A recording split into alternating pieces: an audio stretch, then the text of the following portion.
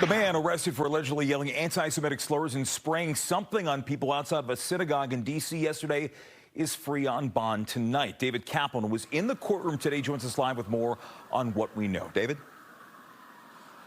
Jim, good evening to you. D.C. police say they are still investigating this as a possible hate crime. However, no charges have been filed to that end. 2 counts of simple assault that the suspect pled not guilty to at this time. According to police and an affidavit filed yesterday morning, the suspect was outside the Kesher Israel congregation in Georgetown, spraying an unknown substance on people passing by, including someone who walked out of the synagogue and was saying, quote, "Gas the Jews." Right now, 33-year-old Brent Wood, whose last address known to be in Ohio, he is out on bond, as you mentioned tonight. Court paperwork says Wood drove around security bollards in front of the school, parked a U-Haul he was driving, got out, tried to get inside the building, which was locked. One woman on a run told police he sprayed her with something as she passed by. A second person who walked out of the synagogue said he was sprayed with a substance, and the slur was said to him.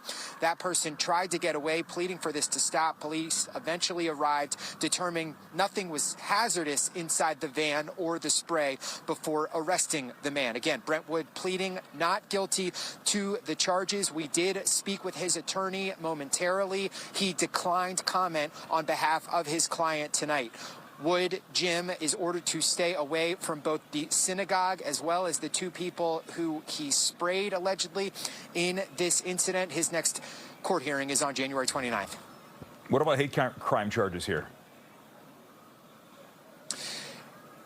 Jim, I asked the U.S. Attorney about that. They said that they cannot confirm or deny the existence of an investigation. D.C. police did stress that they are investigating the potential for a hate crime and whether or not that was involved here. So that's certainly something we're going to have to stay ahead of, and we certainly will if there are any updates in this case. We did just get a statement from the Jewish Federation of Greater Washington as well as the synagogue itself, both expressing sorrow for what happened and explaining that congregants are feeling this sense of unease everywhere in the DMV right now. Given the climate right now, we'll have much more from both of those entities coming up in our next hour, Jim. All right, we'll see you then, David. Thank you. In the meantime,